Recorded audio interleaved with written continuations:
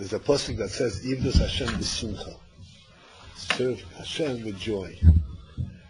And the Baal Shem Tov, you heard of the Baal Shem Tov, right? Baal Shem Tov says that the shot of this pasuk is, Ivdos Hashem, you should serve Hashem. How should you serve Hashem? By being joyous. You understand? It's easy.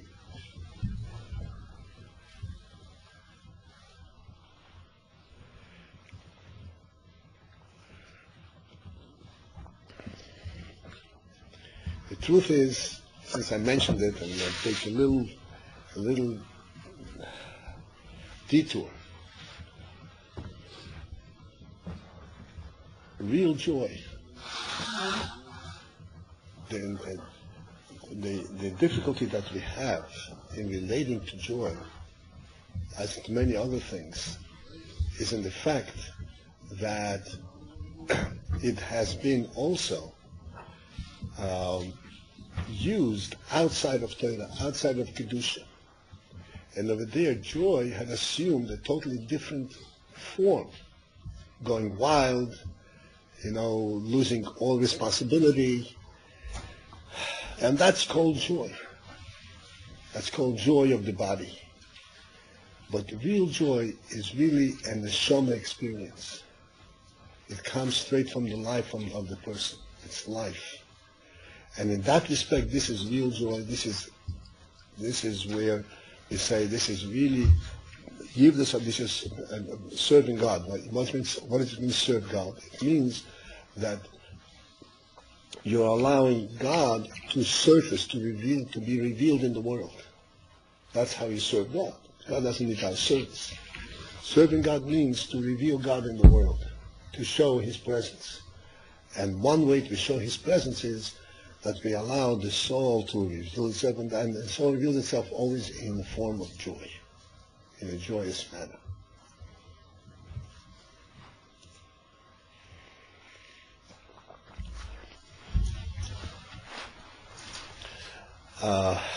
This week, as you all know, is this Parsha Yisro, and it is, of course, the Parsha of Matan Torah, of the giving of the Torah. This episode of Matan Torah, this is the greatest, absolute greatest thing that happened in the world and that happened to the Jewish people. It is greater than Yetzias Mitzrayim, and it is greater even than Kriyas Yamsuf.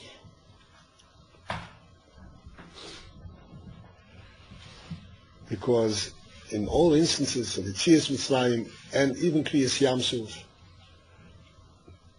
we have recognized God's presence through some action that He had done. Whereas by Matan Torah, we literally heard God's commanding voice, so to speak. He made a voice so that we should be able to hear. It's not that God has a voice. But the point is, He communicated directly with us. And He gave us the Daseres Adibris. This is a very important principle to understand and to remember. This is what distinguishes us from all other nations in the world.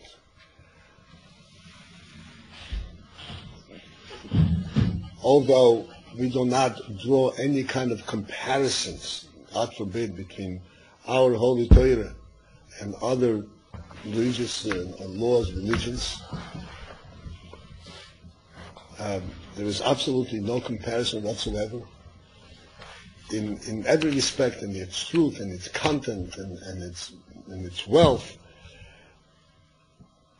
Nevertheless, it is significant, since we live in this world and we have been bombarded by everything that goes on in the world. It is significant to realize that our Torah, our religion, so to speak, our faith, is not something that was handed down to us by one person who came down and says, God told me to tell you this. The entire nation, all 600,000 of adult men and children and women, together it was figured that it was a 2 million plus group of people. The entire nation was present there by the mountain, and as the poetry describes, they saw and they heard everything that was taking place. And since then, the godly presence with us in our world, in our lives, and God's Torah has been imprinted in our souls.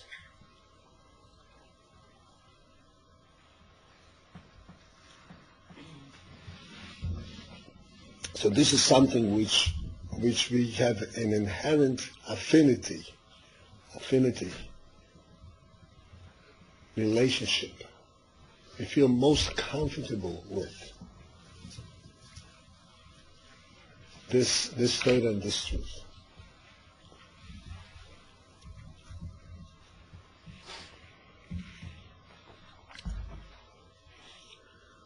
We have, in today's day and age, unfortunately, a lot of confusion. Young people who have been deprived from exposure to Torah, have not been given the opportunity, and are looking for some meaning in life. This is extremely prevalent, extremely popular, happens a lot in Eretz Yisrael. Because in Eretz Yisrael, in Israel, there was a whole movement. When Israel was first built, I'd like you to understand this. When Israel was first put together, the early immigrants into Israel, they came from Eastern Europe, and there was a very strong influence, very strong dedication to literally uproot, tear away Yiddishkeit from the young people, and to teach them that life for a Yid and life for a Goy is identical, it's the same thing. It was like an ideal to them. Young boys, after the war, people that I myself personally know, and they told me their story. After the war, there were a lot of orphans. You know what orphans is? Yisroim Nachman Islam. Children who lost their parents. And they were brought to Eretz Yisrael. And these children had the religious backgrounds. They came to Eretz Yisrael with their tefillin. They wanted to daven and they wanted to have a Jewish life. And their counselors would take the tefillin away from them. This was some kind of a challenge to the Jewish people to overcome this type of negativity. And these children grew up with such a negative attitude to Yiddishkeit, but a hate, literally, to religious people, to religious Jews. Not other people, but to religious Jews. And when they grow up, this is happening all the time, even today. When they grow up and they get to maturity, 21, 22, 23, they finish their army services, and they feel empty inside, they feel no meaning, they don't know what life is about. They want to go and find it. They don't even think of turning to Torah, to Yiddishkeit. That's impossible, that's hateful. The first thing they go is they go someplace in Asia, they go to India, Thailand, all these, Eastern ideas, whatever it is, and they experience all kinds of wild things. Many of them get lost over there, but the minute they come in touch with Yiddishkeit, some miraculous way, they happen, Baruch Hashem, there is Chabad houses all over the place. They happen to meet up with the Chabad house, they immediately feel, I've arrived. This is it. This is the reality. This is the reality. This is rampant. I have a personal friend who is a mature man, or a grandfather at this point, Baruch Hashem, and he also grew up not in Israel, he in America. There was no negativity in his home, but he was completely ignorant of Yiddishkeit, totally. And also his life was in this way, living in a wild way. And then somehow he happened to be in a Chabad house. The minute he stepped in the Chabad house and he took a look at what's going on, he said to me, I felt I've arrived. I belong here. From nothing, I belong here. Because Yiddishkeit and Torah and God is imprinted in our souls. And we identify with it instantaneously. It does not mean that a minute we come into yeshiva, we know it all. We don't have to learn anymore because we have arrived in the yeshiva. No, we have to learn. You have to acquire real knowledge. But this is knowledge in a different approach. Not knowledge, not to study and to analyze and to scrutinize to see, do I agree or don't I agree? Does it make sense to me? Does it make sense to me? We don't have that. This is our Torah, this is our God, this is our truth, this is our nation. And now I have a whole bunch of baggage that I acquired outside from Torah. And this baggage interferes with my being able to understand the Torah properly. Because the minute I read something in the Torah, I have 10 different interpretations that tell me the opposite of what the Torah is trying to say.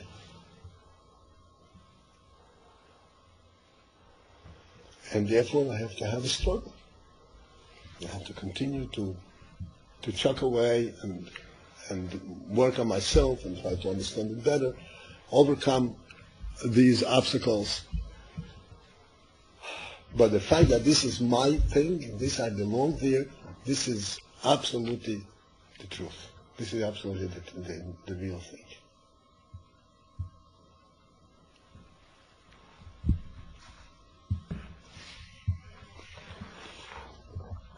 And I want to explain a little bit deeper this principle. This is the Matan Torah week. And it is interesting that the parsha that contains the story of Matan Torah is called Yisro. And who was Yisro? Yisro was a great man, a scholar, Moshe Rabbeinu's father-in-law, but essentially he wasn't Jewish. He was a Geir. He was a Geir. And the Torah is telling us that the power of the Torah that was given to us at Har Sinai,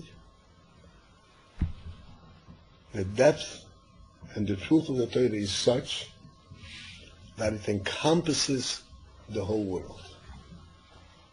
It is not something which is limited only to those people who can relate to it, those who are intelligent, those who are born with it, those who grew up with it. Anyone who appreciates it, wants to come close to it, there is in the Torah that greatness and that depth that encompasses the whole world.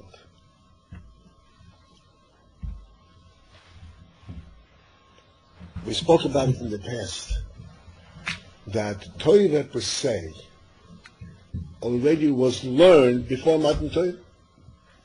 I'm sure you came across, we spoke here, Abraham learned Torah, Yitzchak learned Torah, Yaakov learned Torah, the Eden learned Torah in Mitzrayim, the Levim learned Torah in Mitzrayim. But this was a different level of Torah, a different type of Torah. And we see it ourselves, because the Shevet Levi was learning Torah, and the rest of the Jewish people were enslaved. It wasn't something that prevailed, that held up, that had strength to overcome all obstacles. It existed only for those people who had an intelligence to understand and to appreciate. The Torah that was given at Har Sinai to us has a different kind of a power. It's a Torah that truly represents the godly power of Torah. And therefore, this was accepted and received by the entire Jewish nation, even by the Geir,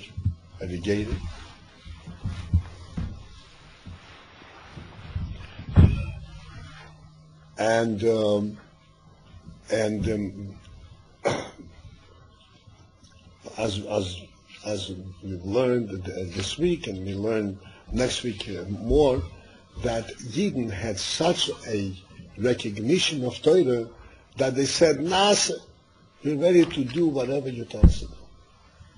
Because they recognized the truth of the Torah before they even learned it. They recognized that it's their connection to Hashem in such a way that they did not need any further explanation and understanding what it's about.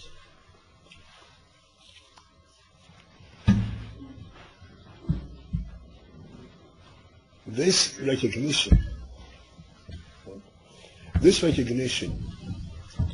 is expressed right in the first words of the Aseret Adibus. You will learn it in a few days.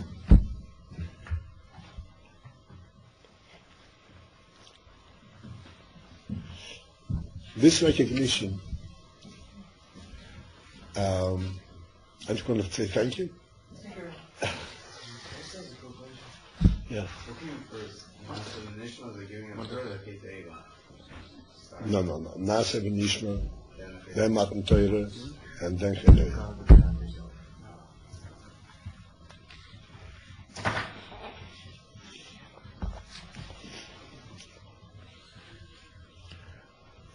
This Inyan is expressed in the very first words of the Aseret Adibus.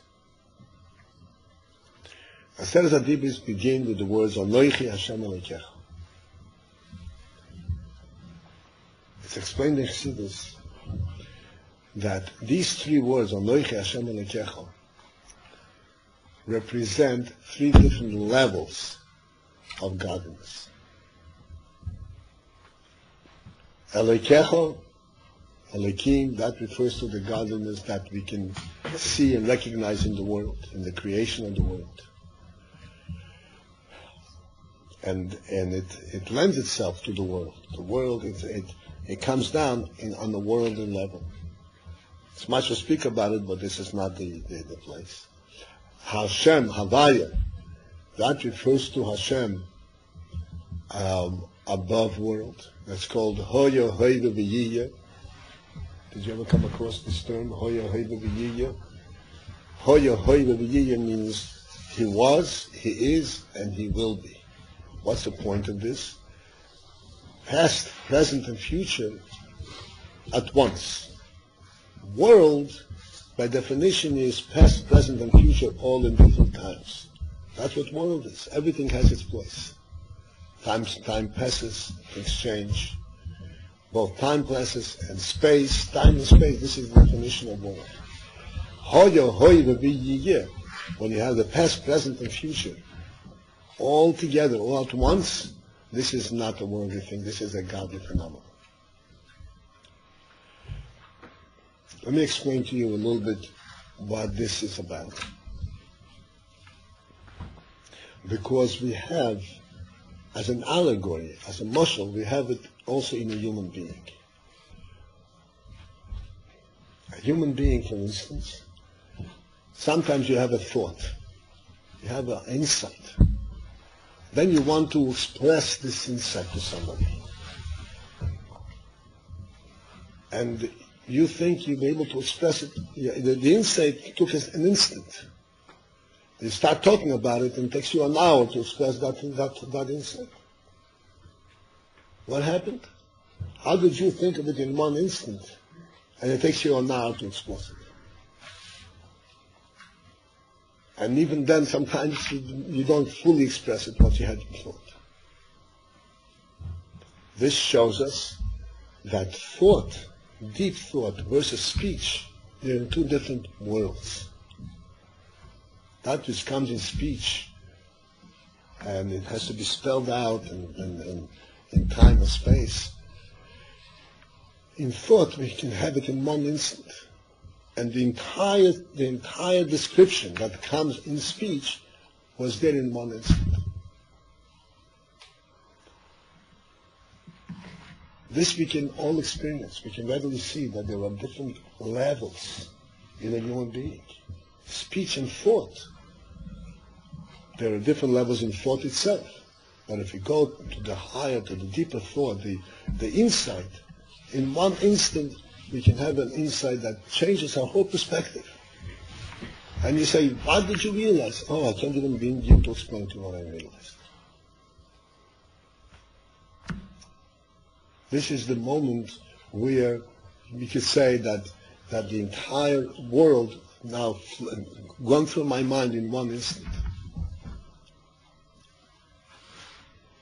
This is in thought, and I just want to point out that thought is already an external experience, because beyond that there is the emotion, and beyond that there is the intellect, which is infinitely higher than even thought.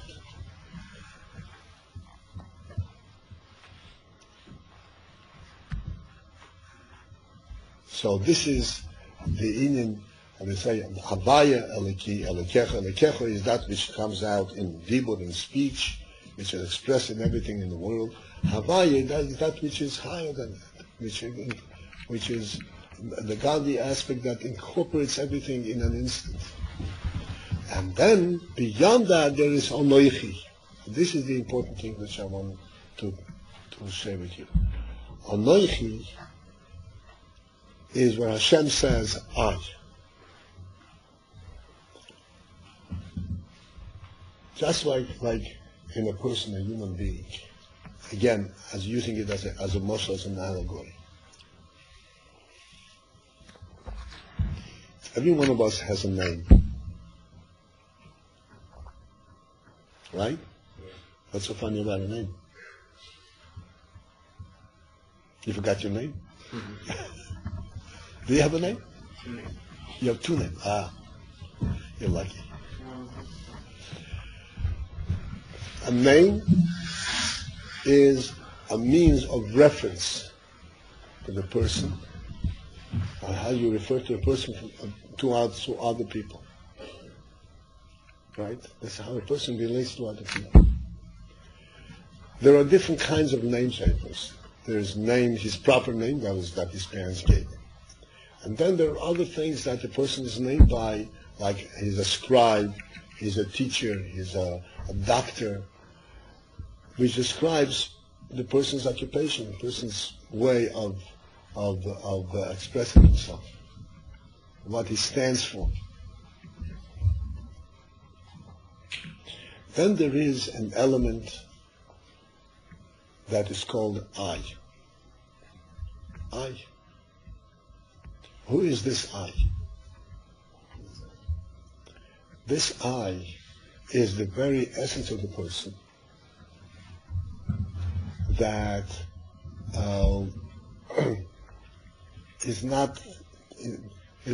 cannot be fully expressed in a name, because a name is only the external of the person, how he is known to other people. I is how the person knows himself to himself.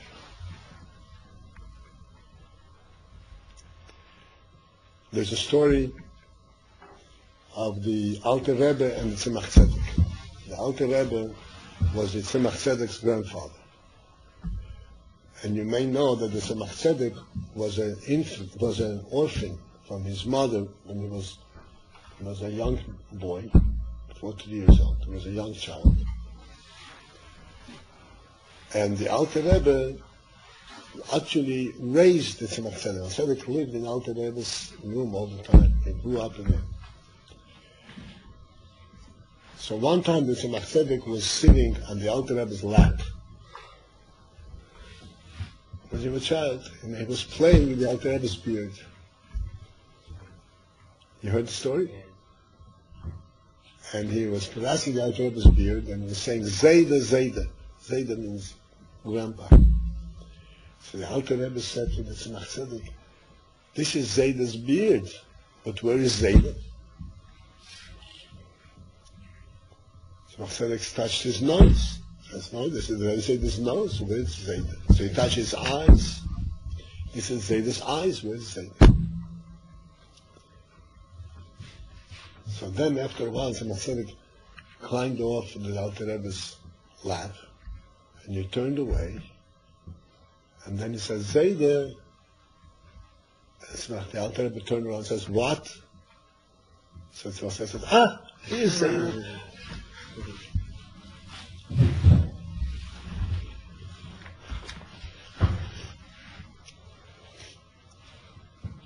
There is a certain element in us, even, because we are godly creations.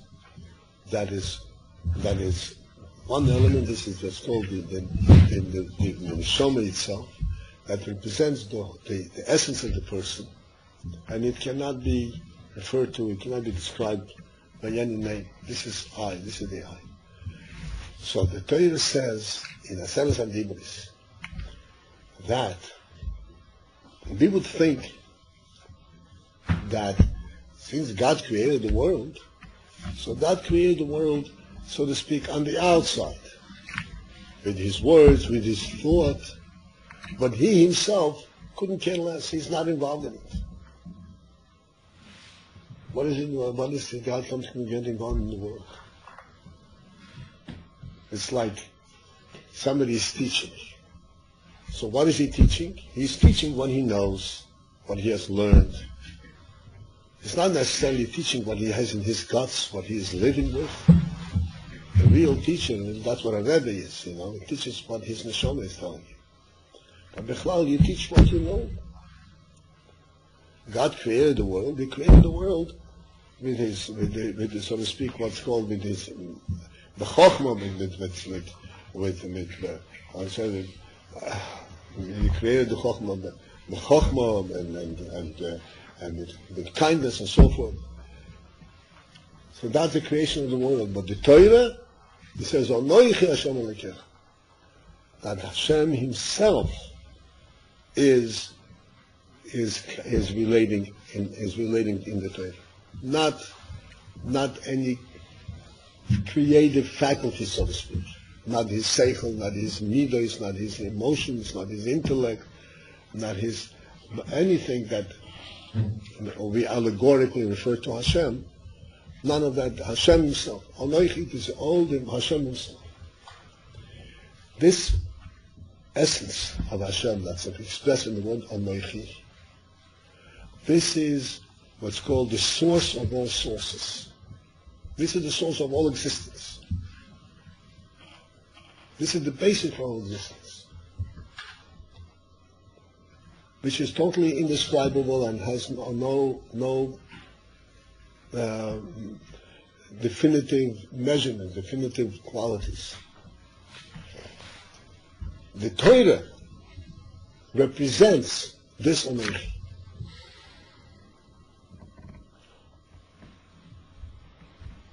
And as a result, in this Torah, in this Aseres HaDibros, we have, if you look to Aseres HaDibros in Mishnah, we learn it in a couple of days. In Aseres HaDibros, we have a most odd combination of things. Here Hashem introduces himself and says, Oloichi Hashem Elokecha. This is the source of all sources, the real truth, the real God. And he says, I, the one who took you out of Mitzrayim, and you should not stray off to other gods, you should not make a mistake and serve other idols and so forth. Okay, that seems to be a relevant and connecting thing. But then at the end, what is the end of the Aseret HaDibros? Don't steal, don't rob, don't kill, don't covet.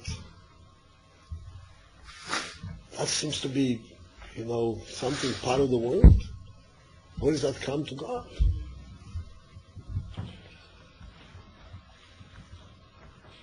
And what the Aseret HaDibros, what the Torah is telling us in the Aseret HaDibros is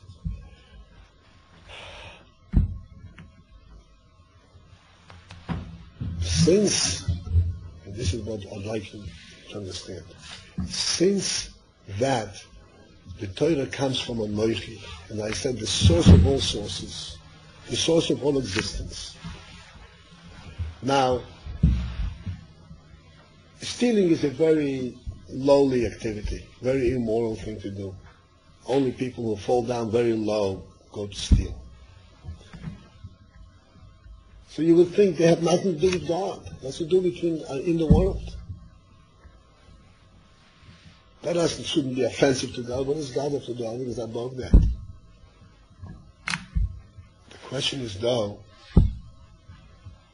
when a person steals, is he within existence? Is he within the world, within an existing entity? The object that he steals exists. The person for whom he steals exists.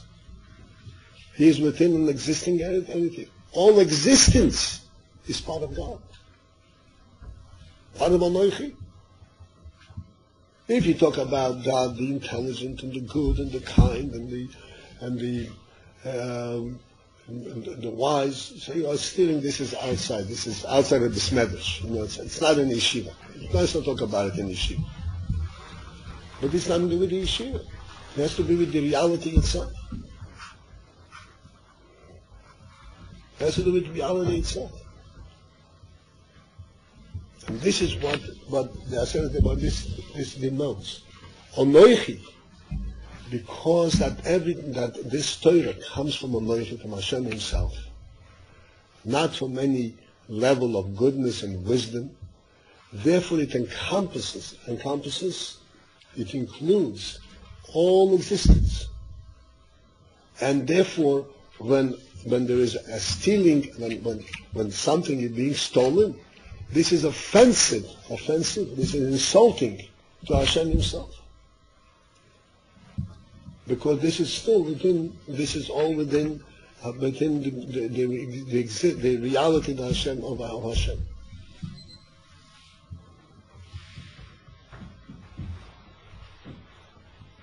In other words, what happened with the Aseret HaDibros, and this was the profound, the deep change from what existed before Matan Torah. Before Matan Torah, you can learn Torah at the level of intellect, of emotion, but at the level of truth, of godly truth itself, it doesn't exist in the world. The world was separate from God. You can understand what is moral, what is right, and what is good.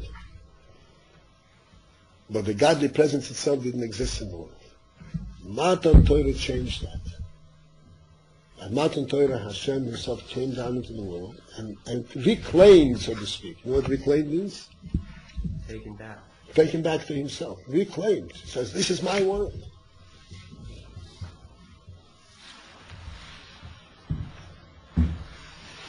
I'm here. And therefore, whatever happens in this world happens in my presence.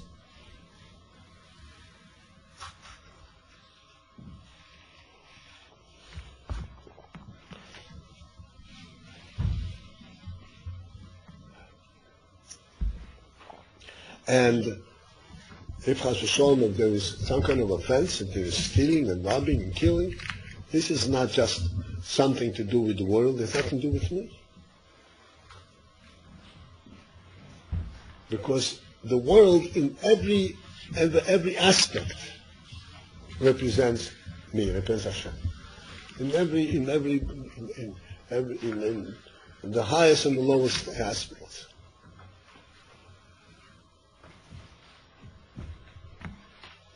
This is why we can understand how in the same Aseres HaDibros fit these totally divergent, totally different elements of Torah. The union of Avdas Hashem, the Nod, and the Onoich Hashem Alekecho, that there's only that rule. There's only one God, and we should serve only one God. And we should not steal and rob and kill and all that, which is totally a lowly, even within the world, it's a lowly activity. And they all belong together.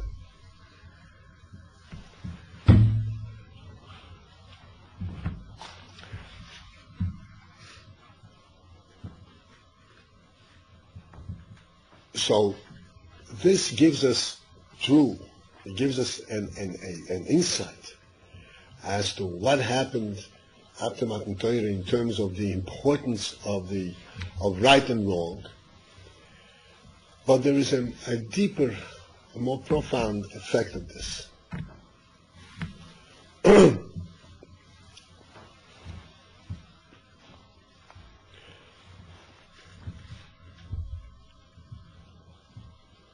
Before Matan Torah, as we said, there was also Torah, and people learned Torah.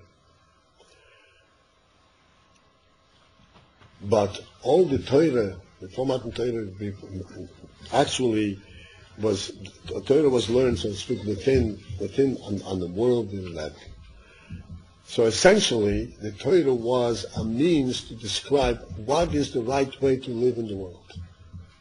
Right and wrong in terms of worldly activity.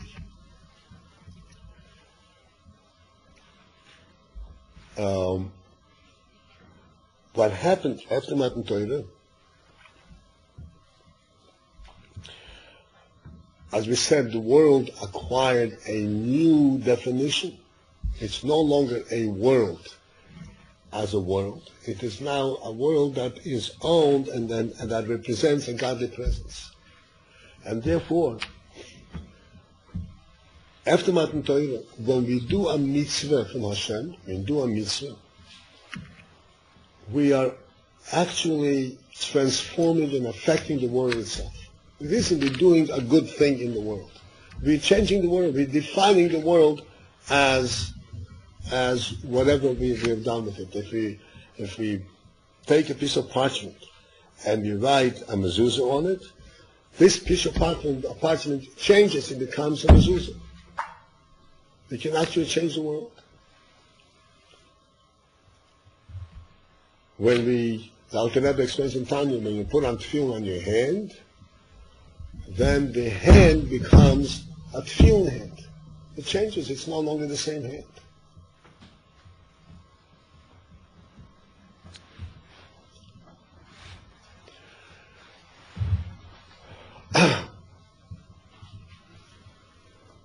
To take this a step further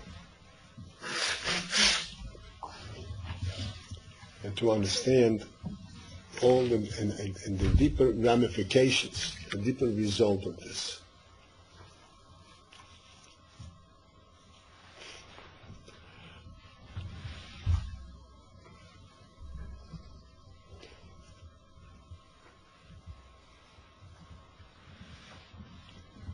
Everything in the world changes. Change from day to day. Monday ends and then comes Tuesday, and Tuesday ends and Wednesday comes. And morning, afternoon, and evening are two different periods. And weeks pass, and months pass, and years pass, and seasons pass. Everything in the world is changeable. There's not 1 second that is identical to the next second and the second before. And therefore, when you say, the Torah gives us, Hashem gave us a Torah, and He says, these are the mitzvahs you should keep. And this Torah was given to us under what circumstances? in a desert. In a desert. A desert means many things. Amongst them, we were not plowing the field. We were not engaged in any kind of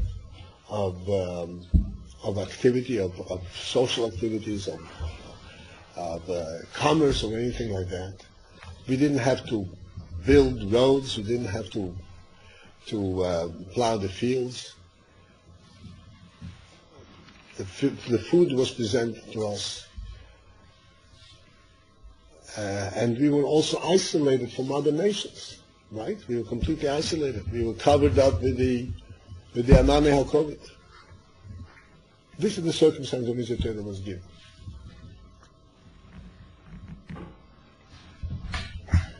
So, one can ask, a Torah that was given in the desert, under these circumstances which have no parallel, no similarity to the circumstance or any circumstance later on in history. How can it be said that this Torah is pertinent that it is valid in future times? Particularly, you're talking about not future times, 100 years later, 200 years later, with the same people and so forth. Thousands of years later. But the entire system of the world had changed many times over.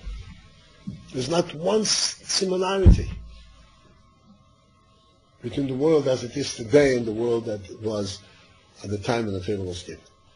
Nothing.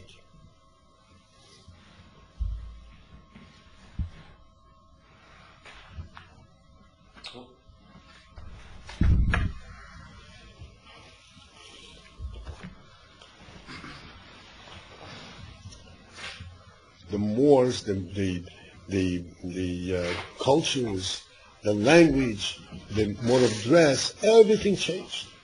There's absolutely no similarity whatsoever. So how can you say, how does it make sense to say this Torah that was given at that time is will carry through for all times, under all circumstances, no matter what happens, the Torah will carry through and bring us to the next step.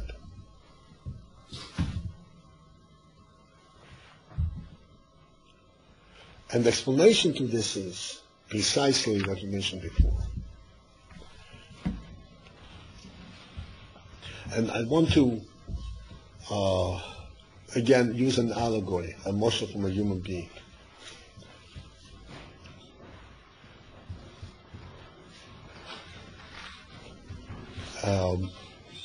In our own experience, allegory is like a morsel, right? Analysis. In our own experience, we, on a daily basis, we all go through different periods. We get up in the morning, we are in one state of mind, in one mood, in one type of activity. Then we go to daven, another type. Then we go to learn another type. We go to breakfast, another type. Throughout the day, we change our moods, we change our attitudes and our activities very constantly.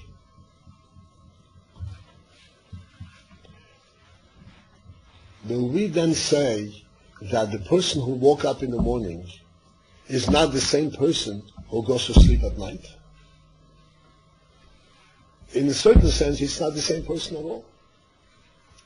Because he went through so many changes and so many different experiences.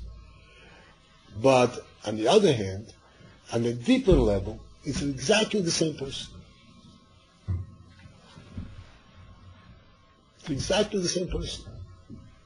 And this is why, by the Krishna Shalamika, before a person goes to sleep, it says that one should take a few moments to reflect the activities of the day.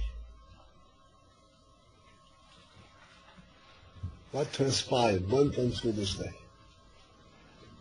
And what's the point of that? If now he's in a different situation, The answer is because all of these things that happened, they happened in different times and so forth, in different places, but it still essentially happened with the same neshama, with the same person. The essence of the neshama didn't change, it's exactly the same person. That doesn't vary, that doesn't change.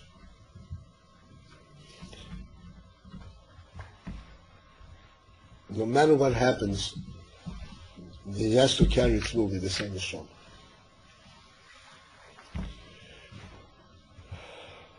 This is the principle that is been given to us in the Torah. The Torah, as we said before, the Torah represents not a wise advice how you should behave under certain circumstances. The Torah represents the essential truth of all existence. The basis of all existence. This essential truth of all existence, this Anoichi, cannot possibly change over 100 years, over 1,000 years, over 3,000 years. It's exactly the same truth. Even though as I said, the circumstances and the cultures change, and our way of dress change, and our language change, and how we do things change, these are all changes from the intellectual level and down. But the essence does not change. And this is why this Torah, this is what carries us throughout these 3,000 years, and this is what is going to bring us into, ultimately, to the end of time, to Mashiach. It's exactly the same thing. Because this is not something dependent on time, not something dependent on how people think, on language, on morale, on morals, or culture. This is the essence of the godly presence in the world itself.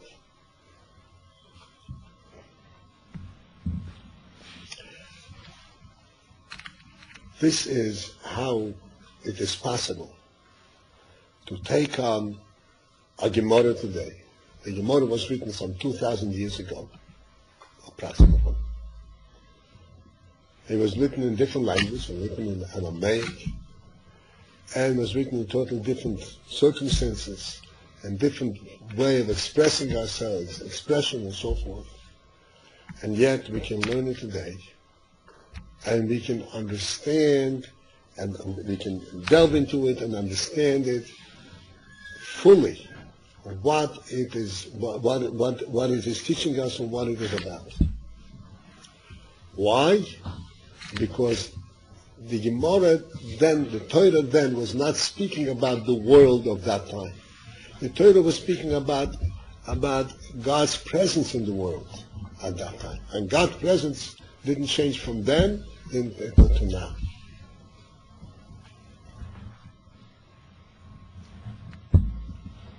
Because loisigner, you shouldn't steal,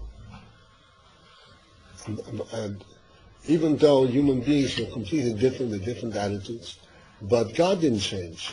And the Torah is speaking about loisigner as it is viewed from God's perspective, not as viewed from human beings' perspective.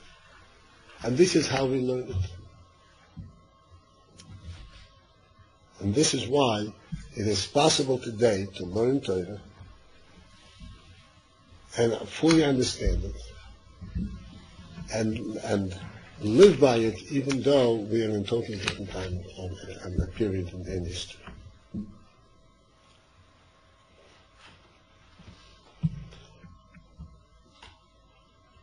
And it continues to not only live by it, it continues to give us chayas, to give us inspiration.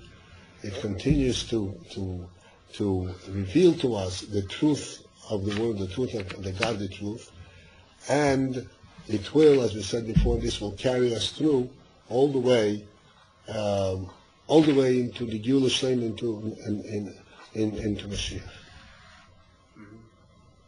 Maybe it should help that each one of us should stay awake and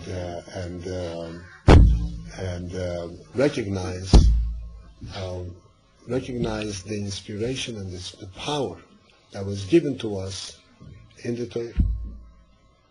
Try to find in the Torah that which was given to us, not that which we think is as just a human understanding, but that which is a godly understanding.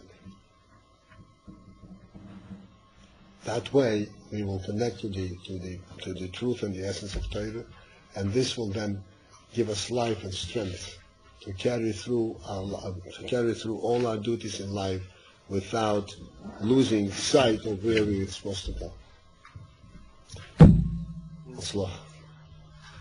Yes, sir. Rabbi, last week's argument